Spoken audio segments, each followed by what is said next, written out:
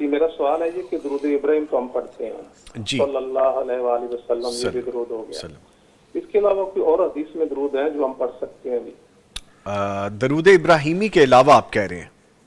جی جی جی میں بھی کہتا ہوں، بہت شکریہ آپ نے کال کیا سر، فرمائیں۔ جی صحیح بخاری کے اندر جہاں اللہ کے نبی صلی اللہ علیہ وسلم پر درود شریف بھیجنے کا بیان ہے، وہاں پر امام بخاری نے مختلف الفاظ میں کئی قسم کے الفاظ بیان کیے ہیں، جی جن میں سے ایک یہ بھی ہے اللہم صلی علی محمد وآل محمد وعلی ازواجہ وذریتہ وبارک وسلم۔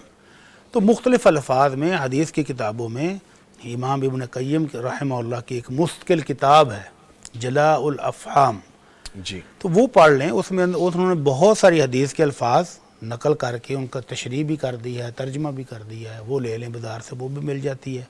تو حدیث کا الفاظ صرف درود ابراہیمی نہیں ہے، بے شمار الفاظ میں ثابت ہے۔ ٹھیک